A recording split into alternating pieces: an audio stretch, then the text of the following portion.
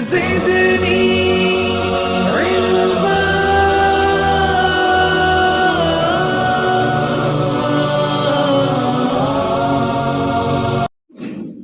الحمد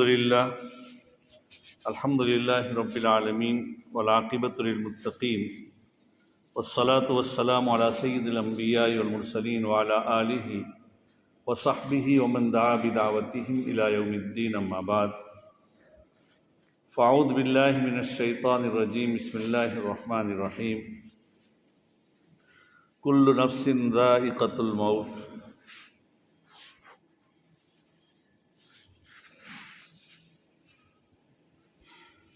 وقال النبی صلی اللہ علیہ وسلم من کان آخر کلامہ لا الہ الا اللہ دخل الجنہ۔ بزرگان محترم، دو ہفتوں سے یہ تیسرا ہفتہ ہے، موت کے سلسلے میں بات ہو رہی ہے۔ موت ایک اٹل شے ہے، ہر ایک کو آنے والی ہے۔ دنیا میں آنے والا جو بھی نفس ہو، چاہے انسان ہو، جانور ہو، چرند ہو، پرند ہو، ہر ایک کو موت آنی ہی ہے۔ زندگی ہماری یقینی نہیں، لیکن موت تو یقینی ہے۔ آدمی چلتا پھرتا ہے اور کس وقت اس کی زندگی کی شام ہو جائے معلوم نہیں۔ بسا اوقات ہم کہتے ہیں کہ بوڑھے لوگ چراغ سحری ہے، کس وقت وہ ٹمٹماتا ہوا چراغ ہے بجھ جائے معلوم نہیں، تو وہاں نوجوان شام چراغ شام ہے معلوم نہیں۔ بہت سے ایسے لوگ بھی دنیا میں چلے جاتے ہیں جو کل تھے آج نہیں ہیں۔ ایسا لگتا تھا کہ اللہ تعالیٰ ان کو سالہ سال کی عمر دیں گے، لیکن اللہ کی مصلحتوں کی بنا پر وہ دنیا سے اٹھا لیے جاتے ہیں۔ چلتے پھرتے لوگ، معلوم بھی نہیں، کوئی بہانہ نہیں، لیکن وقت آ گیا اللہ نے اٹھا لیا۔ بہت سے نوجوان ابھی آخری دنوں کے اندر ہم اخباروں کی سرخیوں میں پڑھتے ہیں کہ کھڑے ہوئے کل ہی ایک جوان کھڑا ہو رہا تھا اور کہا کہ درد ہو رہا ہے، انتقال ہو گیا تھوڑی ہی دیر میں۔ تو معلوم نہیں کس وقت کس کا کیا وقت۔ بہترین انسان وہ ہے جس نے اپنی زندگی کی قدر کر لی۔ بہترین انسان وہ ہے جس نے اپنی زندگی کو اللہ کی رضامندی میں، اللہ کے رسول کی رضامندی میں استعمال کر لی۔ ورنہ بھائی یہ جو دنیا ہے ہمارے پاس، یہ دنیا تو ایک کچھ دنوں کے لیے ہے۔ اسی لیے ایک بزرگ ہے ابو الفضل حسن ابن علی کہ وہ فرماتے ہیں کہ دنیا ایک دن کی ہے اور ہمارا اس دن میں بھی روزہ ہے۔ گویا کہ ساری نعمتیں ہمارے پاس نہیں ہے، تو یہ سمجھو اپنے آپ کو کہ ہم نے روزہ رکھ لیا ہے۔ اب جب شام ہو جائے گی روزہ افطار ہو جائے گا، جب موت کا فرشتہ آئے گا ہمیں کیا افطار کرائے گا؟ تو ہمیں اس دنیا کی گویا کہ نعمتوں کے اوپر اگر مل گئی ہے اس کی قدر کرے۔ یہ زندگی ملی ہے، اس زندگی کو اللہ کی رضامندی میں استعمال کرے۔ کل قیامت کے دن اللہ تعالیٰ اگر دنیا کو اللہ کی رضامندی میں استعمال نہیں کی ہے دنیا میں، تو حق تعالیٰ شانہ نے تو اپنے نافرمانوں کے لیے ایسے ایسے عذاب مقرر کیے ہیں، حدیث پاک میں اس کی سخت سے سخت وعیدیں وارد۔ بہت سے ایسے لوگ ہوں گے جن کو بچھوؤں کے حوالے کیا جائے گا، بہت سے ایسے ہوں گے جیسے جن کو سانپوں کے درمیان میں چھوڑ دیا جائے گا۔ اگر وہ دنیا میں ایک پھونک مار دے تو رہتی دنیا تک گھاس نہ اگے، ایسے زہریلے سانپ ہوں گے۔ تو اللہ تعالیٰ ہماری حفاظت فرمائے۔ اور ان میں سب سے پہلے ایمان کے بعد ہمارے اوپر جو مطالبہ آتا ہے نماز کا، ہم نماز کتنی پابندی سے ادا کرتے ہیں۔ اور جیسے ہی اللہ کی نماز پابندی سے ادا کریں گے، حق تعالیٰ شانہ حدیث میں جیسا کہ آتا ہے کہ اول ما یحاسب بہ عبد یوم القیامت الصلاۃ، سب سے پہلے کل قیامت کے دن اللہ تعالیٰ کا کیا نماز کا حساب کیا جائے گا۔ اس لیے نمازیں درست ہونا چاہیے۔ اگر نماز درست ہے تو کل قیامت کے دن اگر قبر میں بھی عذاب ہوں تو یہ نماز اس کی حفاظت فرمائے گی۔ تو بہرحال یہ سب باتیں ہیں، اور موت اٹل ہے، موت تو ہر ایک کو آنے والی ہے۔ اگر کوئی یہ سمجھتا ہے کہ میرے پاس حکومت ہے، میرے پاس عہدہ ہے، میرے پاس دبدبہ ہے، تو وہ میں موت کو ٹال سکتا ہوں، تو موت کو اگر حکومت اور کیا ہے اپنے عہدوں کے بل بوٹے پر ٹال سکتا تو فرعون و شداد ٹال سکتا تھا۔ اگر کوئی یہ سمجھتا ہے کہ میں موت کو ٹال سکتا تھا اپنے پیسوں اور روپے کے ذریعے، تو قارون اپنی موت کو ٹال سکتا تھا، اللہ نے اس کا بہت پیسے دیے تھے۔ کوئی آدمی یہ سمجھتا ہے کہ میں بڑا طبیب ہوں، تو میں اپنی طب اور اپنی ڈاکٹری کے ذریعے اپنی موت کو ٹال سکتا ہوں، تو موت اس کے ذریعے ٹل نہیں سکتی۔ جالینوس، حکیم جالینوس تھا، وہ بڑا افلاطون تھا، وہ بڑا کیا حکیم تھا، اس معاملے میں کیا ہے بہت آگے تھے۔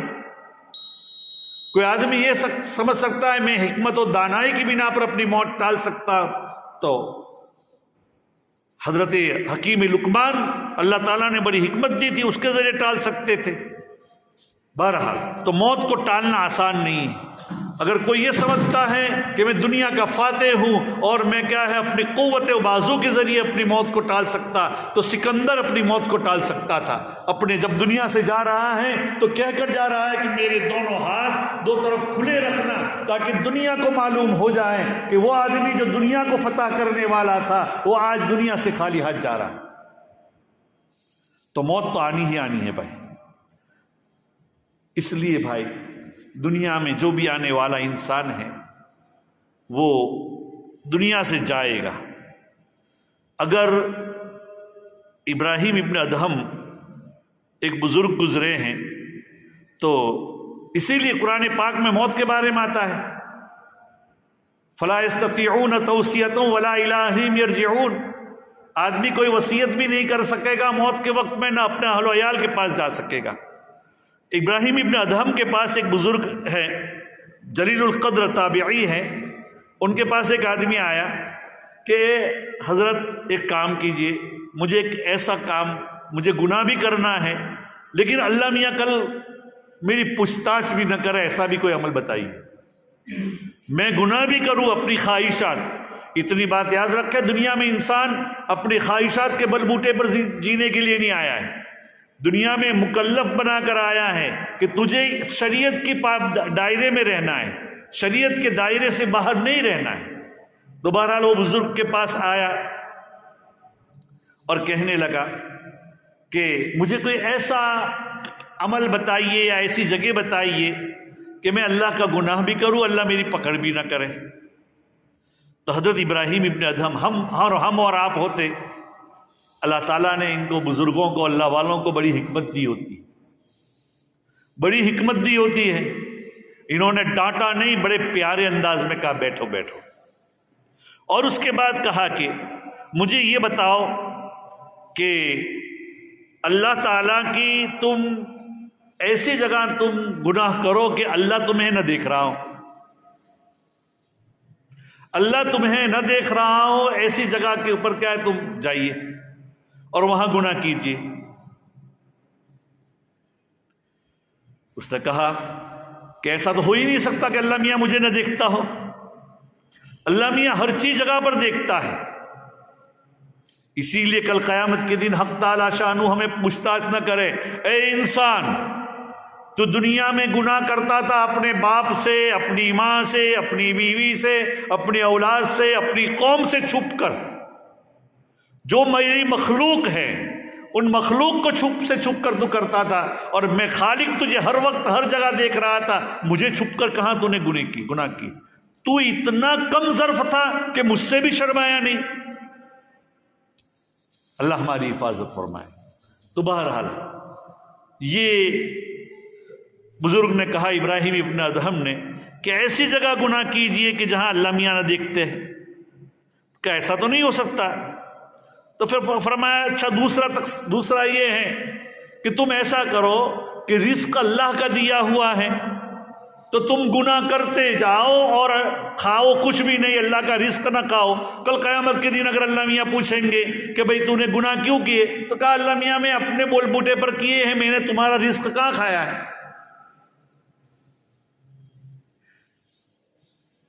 حالانکہ یہ تو ایک سمجھانے کے طریقے ہیں، ورنہ انسان جو بیٹھ کر سانس لیتا ہے یہ بھی اللہ کا رزق ہے۔ انسان بیٹھ کر جو زندگی گزارتا ہے یہ اللہ کی طرف سے دی ہوئی ایک عطا ہے۔ رزق کو کس کو کہتے ہیں؟ اللہ کی عطا کو۔ بہرحال لیکن بزرگ نے کہا کہ تم ایسا کرو کہ میں اللہ کی رزق نہیں کھاؤں گا، اللہ تعالیٰ کو کل قیامت کے، ایسا تو نہیں ہو سکتا حضرت، بھوک کھانا تو ضروری ہے۔ کہا اچھا ایسا کرو کہ جب مرنے کا وقت آئے تو فرشتے کو کہنا کہ تھوڑی دیر ٹھہرو، میں ذرا وصیت کر دوں، اللہ میاں سے توبہ کر لوں، 2 رکعت نماز پڑھ کر اللہ میاں سے کے سامنے کیا ہے معافی شافی کر لوں۔ اس نے کہا کہ ایسا تو نہیں ہو سکتا، میں نے ابھی آیت کریمہ آپ کے سامنے تلاوت کی، فلا یستطیعون توصیۃ ولا الی اہلہم یرجعون، نہ وصیت کر پائیں گے نہ اپنے اہل و عیال کے پاس جا سکیں گے، یہ تو ہو سکتا ہی نہیں۔ قرآن پاک میں ہے لا یستاخرون ساعۃ ولا یستقدمون، کہ جب موت کا وقت آئے گا تو ایک گھڑی آگے پیچھے نہیں ہو سکتا، وہاں تو طے ہی ہے، جو وقت جہاں لکھا ہوا ہے وہاں موت آ کر رہے گی۔ آدمی کہیں کا بھی رہنے والا ہو، اللہ موت کے وقت، حدیث کے وقت میں اگر کسی آدمی کی موت مان لو کہ سری لنکا میں لکھی ہوئی ہے، اللہ ایسے اسباب مقرر کریں گے وہ سری لنکا چلا جائے گا۔ کیا بات ہے، ہمارے ایک حاجی صاحب ابھی گودرا کے 2 سال پہلے اللہ کے راستے میں نکلے اور افریقہ کے ایک ٹاپو میں گیا جہاں زندگی میں جانے کا کوئی تصور بھی نہیں ہو سکتا، اتنے مجاہدے کے ساتھ، اور وہیں جا کر انتقال فرما گئے، کیونکہ ان کا وقت وہاں لکھا ہوا تھا، ان کی جگہ وہ لکھی ہوئی تھی کہ وہ اس زمین میں پیوند خاک ہوں گے، یہاں مدفون ہوں گے۔ تو جہاں کہیں کسی کی موت لکھی ہوتی ہے وہاں اس کا، اسی لیے حضرت سلیمان علیہ السلام کی مجلس میں ملک الموت آئے اور ایک آدمی وہاں بیٹھا ہوا تھا ان کی مجلس میں، انسانی شکل میں آئے ہوں گے ملک الموت۔ تو ملک الموت وہ جو ایک آدمی بیٹھا ہوا تھا اس آدمی کو ذرا غور سے دیکھ رہے تھے، بہت غور سے دھیان سے دیکھا، کیا بات ہے، وہ آدمی اس کو بار بار دیکھا، ملک الموت نے، انسانی شکل میں ہوں گے، بار بار دیکھا تو وہ پریشان ہو گیا کہ یہ آدمی جو تمہارے یہاں مہمان آیا ہوا مجھے کیوں غور سے دیکھ رہے۔ جب وہ چلے گئے تو حضرت سلیمان علیہ السلام کو کہتے ہیں کہ تمہارے یہاں جو آدمی آئے تھے ابھی جو تمہاری ملاقات کے لیے، ان کے بار بار دیکھنے کی بنا پر مجھے ڈر لگتا ہے، لہذا اللہ نے تمہیں قدرت دی ہے۔ حضرت سلیمان کا تخت بہت مشہور تھا، اڑتا تھا ہوا میں جیسے آج کل ہوائی جہاز اڑتے ہیں، تو تم اپنے تخت پر سوار کر کے مجھے دنیا کی ایسی جگہ بھیج دو جہاں کوئی نہ جا سکتا ہو۔ حضرت سلیمان علیہ السلام نے اس کی درخواست منظور کر لی، بھیج دیا۔ دوسرے وقت میں جب ملک الموت آئے تو پوچھا کہ بھائی وہ آدمی یہاں آیا تھا، اس کو تم بار بار دیکھ رہے تھے اور اس نے تو ہمیں یہ درخواست کی کہ مجھے دنیا کے دور دراز ملک میں بھیج دو، تم کو کسی جزیرے میں یا کہیں بھیج دیا گیا، تو تم کیوں اس کو بار بار دیکھ رہے تھے؟ کہا کہ میں اس لیے دیکھ رہا تھا کہ میری غلطی تو نہیں ہو رہی ہے کہ اللہ میاں نے مجھے لسٹ دیا ہے جن میں مرنے والوں کی لسٹ ہے، تو اس کی تو آئندہ کل مجھے روح قبض کرنا ہے، اور وہ تو یہاں پڑا ہوا ہے اور فلاں ملک میں فلاں جگہ میں، فلاں جگہ تو وہ کل جائے گا کہاں، اس لیے میں بار بار دیکھ رہا تھا کہ یہ آدمی کہیں دوسرا تو نہیں ہے۔ اللہ نے ایسے اسباب مقرر کیے۔ تو حضرت ابراہیم ابن ادہم نے کہا کہ اچھا فرشتے آوے تو تم کہہ دینا، یہ تیسری بات کہ بھئی میں نے جو آج تک گناہ کیے ہیں بے تحاشا، میں اللہ میاں سے معافی مانگ لیتا ہوں، پھر میری روح قبض کرنا، کہ یہ تو نہیں ہو سکتا۔ اچھا تو پھر تم کیسے گناہ کرنا چاہتے ہو؟ تو پھر فرمایا کہ ایسا کرو، پھر اللہ میاں کی زمین و آسمان میں جو یہ پوری حکومت ہے اس سے باہر جا کر کہیں گناہ کرو۔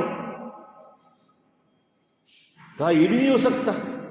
اسی کو قرآن پاک کہتا ہے یا معشر الجن والانس ان استطعتم ان تنفذوا فاقطار السماوات والارض فانفذوا لا تنفذون الا بسلطان۔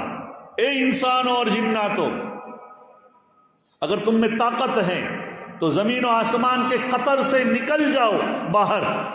تمہاری طاقت ہے تو نہیں رکھ سکتے تم طاقت، الا یہ کہ میں چاہوں. تو کیا ایسا تو نہیں ہو سکتا؟ حضرت ابراہیم ابن ادہم نے یہ 4 باتیں کہی. اس کے بعد کہا کہ 5ویں بات، اچھا یہ بھی نہیں کر سکتے تو پھر ایسا کرو کہ جب تم قبر میں رکھے جاؤ اور منکر نکیر تمہارے پاس آئیں حساب لینے کے لیے، کہا نکلو یہاں سے، ایسا کہہ دینا. کہ یہ بھی نہیں ہو سکتا، میرے بس میں نہیں ہو سکتا. تو پھر 6ٹھی بات یہ ہے کہ تم یہ کرو کہ بھائی کل قیامت کے دن جب میدان کارزار میں تم جمع ہو اللہ تعالیٰ کے سامنے اور فرشتوں کو اللہ تعالیٰ کہہ دے کہ یہ آدمی تو پوری زندگی اللہ کی نافرمانی میں گزاری ہے، تو تم اس کو جہنم میں پھینک دو. تو جب فرشتے تمہیں پکڑنے آوے تم ضد پر اڑ جانا. وہیں پر کیا کہا؟ میں نہیں جاؤں گا، میں نہیں جاؤں گا. کہا یہ تو نہیں ہو سکتا. اس بزرگ نے کہا، ابراہیم ابن ادہم نے، جب تیرے پاس یہ ساری باتیں نہیں ہو سکتی تو پھر تو کیسے یہ کہہ سکتا ہے کہ حق تعالی شانہ کا مجھے کوئی ایسا عمل بتاؤ کہ اللہ میاں راضی بھی ہو جائے، اللہ تعالیٰ مجھے پوچھے بھی نہ اور میں گناہ بے تحاشا کرتا جاؤں. انسان دنیا میں آیا ہے تو اللہ کی نافرمانی یا ایک کا نہیں کر سکتا. جو اللہ اور اللہ کے رسول کے بتلائے ہوئے طریقے ہیں اسی کے مطابق زندگی گزارنے کا نام زندگی ہے. ورنہ یہ زندگی ہمارے لیے موت سے بدتر ہے. اگر اس زندگی میں ہم نے نافرمانی میں گزاری تو کل قیامت کے دن کیا ہوگا؟ اس کی پوچھ تاچھ ہوگی کہ ہم نے تمہیں، دیکھیے اللہ تعالیٰ کہیں گے ہم نے تمہیں زندگی دی تھی، تم زندگی کی کیا قدر کر رہے ہو؟ تم نے زندگی کی کیا کیا تم نے عمل کیے؟ ہم نے تمہیں سانس دیا تھا، ہم نے تمہیں روزی دی تھی، ہم نے تمہیں کیا دنیا کے اندر چلت پھرنے کی طاقت دی تھی. اللہ کی ایک نعمت قرآن پاک کہتا ہے اس کی تم قدر کا حساب لے لیں گے، اللہ میاں کل حساب کا جواب نہیں دے سکیں گے. اور ایک نعمت کو اگر ہم شمار کرنے جائیں تو اس کا بھی ہمیں احسان نہیں کر سکتے. دیکھ لیجئے جو آدمی جس کی آکسیجن، ہم لوگ کیا باتیں کرتے ہیں، سوتے اٹھتے ہیں، آکسیجن جاری ہو جاتا ہے، ہمارا جاری ہے، لے رہے ہیں. لیکن جن کا آکسیجن کم ہو رہا ہے اور وہ بوٹل پہ بوٹل چڑھائے جاتے ہیں تو جیسا کم ہوتا ہے دیکھو دن میں کتنا لاگت ہوتی ہے. ایک دن میں 2-3 ہزار روپے کم سے کم ہوتے ہیں بعض مرتبہ. ڈاکٹروں کا خرچ الگ، لیکن صرف آکسیجن کے کم ہونے پر، اور چیزیں نہیں. اس لیے عزیزو، یہ زندگی حق تعالی شانہ نے ہمیں دی ہے. یہ زندگی اللہ تعالیٰ کی دی ہوئی زندگی کی قدر کرنی چاہیے. اور کل اللہ میاں کی جانب سے اگر حساب ہو جائے تو بہت دشوار ہو جائے گا. اسی لیے بھائی، اور یہ زندگی، اس زندگی کے بھی ہم مالک نہیں ہیں. زندگی کے ہم مالک نہیں ہیں. اللہ نے ہمیں موت کا وقت دیا ہے اور وہ اللہ اپنے حکم سے جب چاہیں تب روح اللہ قبض کریں گے فرشتوں کے ذریعے. اگر آدمی خودکشی کرتا ہے کل قیامت کے دن اس کی بھی پوچھ تاچھ ہوگی. حدیث میں آتا ہے قیامت کے دن تو ہوگی ہی ہوگی. حدیث میں آتا ہے ایک صحابی تھے، وہ آئے اور حضرت ایک صحابی، مشہور صحابی، ان کے ساتھ ایک دوسرے ان کے علاقے کے آئے، یمن کے، ہجرت کر کے مدینہ منورہ آئے اور ان کو مدینے کی آب و ہوا موافق نہیں آئی تو موت سے قریب ہو گئے، برداشت نہ کر پائے اور انہوں نے اپنی یہ ہاتھ کاٹ دیا یہاں سے رکھ. اسی میں ان کا انتقال ہو گیا. اسی میں ان کا انتقال ہو گیا. گویا کہ خودکشی کر لی انہوں نے. اور دیکھیے سنیے، حق تعالی شانہ نے صحابہ کے ذریعے بھی ایسی چیزیں کروائی تاکہ امت کے لیے ایک رہنمائی ہو. اگر جو چیز نبی کی شایع نشان تھی اللہ نے نبی سے کروائی ہے اور نبی کے سایہ نشان نہیں تھی، صحابہ سے کروا کر امت کے لیے لائحہ عمل بتایا کہ یہ ہو سکتا ہے. بہرحال انہوں نے خودکشی کر لی، چونکہ ہجرت کر کے غالباً یمن سے آئے ہوئے تھے مدینہ منورہ. اب اللہ کے رسول صلی اللہ علیہ وسلم نے فرمایا اچھا ایسا ہوا، جاؤ میں ان کی نماز جنازہ نہیں پڑھوں گا، نماز پڑھا دو، جنہوں نے پڑھائی ہوگی۔ اس سے بھی معلوم ہوا قوم کے ذمہ داروں کو ایسے وقت میں نہ جانا چاہیے۔ بہرحال اس کے بعد وہ جو دوسرے صحابی ان کے ساتھ ہجرت کر کے آئے تھے، جو مشہور صحابی ہے، انہوں نے کہا کہ میں نے ان کو خواب میں دیکھا یا اللہ کے رسول نے دیکھا صلی اللہ علیہ وسلم کہ اللہ نے ان کی بخشش کر دی ہے ہجرت کے بدلے میں۔ کس کے بدلے میں؟ اللہ کے رسول کی طرف ہجرت کی تھی، اس کے بدلے میں بخشش کی ہے، لیکن ان کا ہاتھ ڈپا ہوا ہے۔ تو اللہ کے رسول نے دعا کی اللہم اغفر لہ ولیدیہ، اے اللہ ان کی اور ان کے ہاتھ کی بخشش فرما۔ یہ تو نبی تھے اور صحابی تھے، امت کے لیے عمل بتلانا تھا، اس لیے اللہ نے ان کی بخشش کر لی۔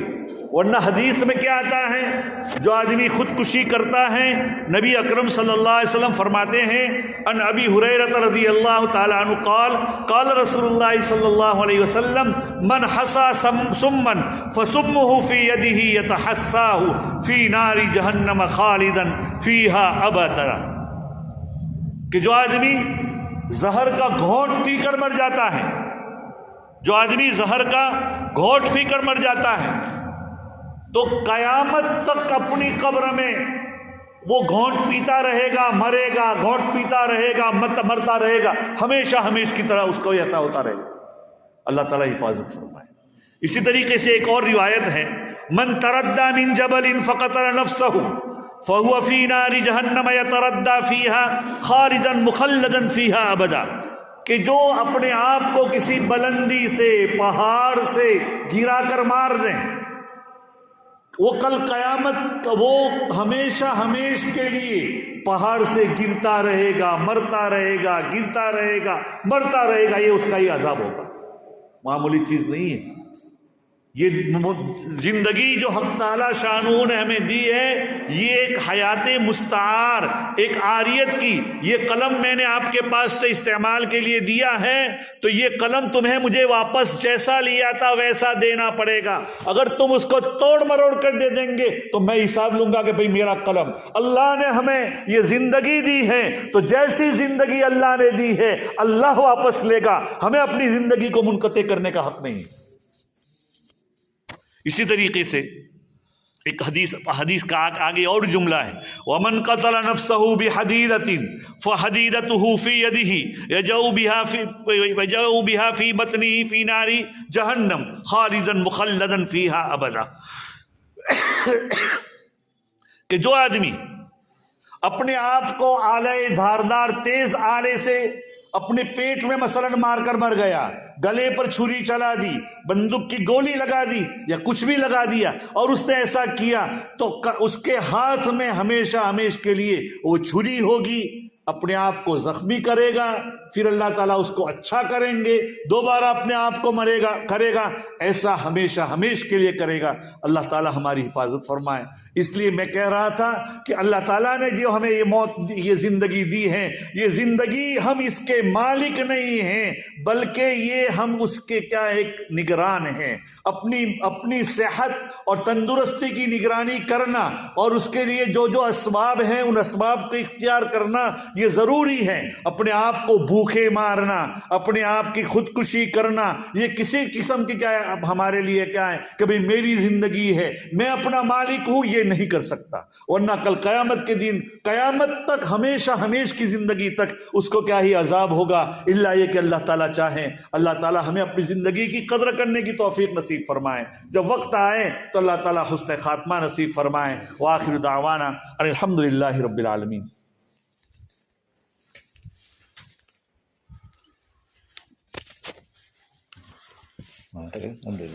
اعلان کر